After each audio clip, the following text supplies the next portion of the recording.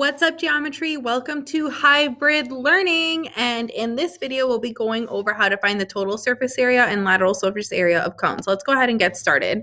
So let's talk about where this formula comes from. Or actually, let's give you the formula first. So to find the total surface area of a cone, we're going to do pi r squared plus pi r L. Now, if you guys remember, R stands for radius, and that loopy L or L in cursive, this is known as our slant height. Now, this part right here, the pi r squared, that's our base. So that's the circle on the bottom of the cone. The pi r L, this is going to be, so this is our base, and this is actually going to be our lateral surface area. So the top part of the cone right here that I've just shaded in green.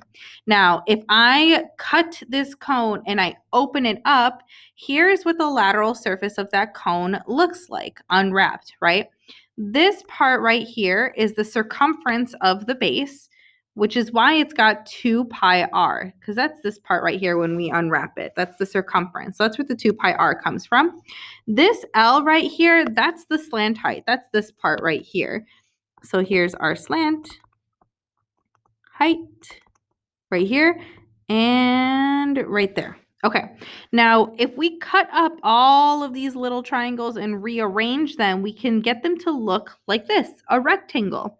Now, the rectangle has a height of L and a base of pi r. To find the area of the rectangle, we do base times height. So we're going to do our base times our height, and that just becomes pi r L. So that's where that pi r L comes from. And so that's where the formula to find the total surface area of a cone comes. Okay, so let's go ahead and try example number 1. So calculate the total surface area of the cone pictured. So we've got our radius, which is what we need, but we don't have our slant height. We need that L here. However, I do have a right triangle here that I can work with. Okay, and I've got the 2 legs of the right triangle, which is 7 and 24. This is actually going to be a Pythagorean triple. If you don't have that memorized, it's okay, but you can set up Pythagorean theorem. So you're going to set up 7 squared plus 24 squared equals L squared, and you're going to solve that using Pythagorean theorem. Pause the video here if you need to figure out what the slant height is. Okay, welcome back. So our slant height is going to be 25. So the triple here is 7, 24, 25. Now I've got all the information I need to help us find the total surface area. So our formula is pi r squared plus pi r L.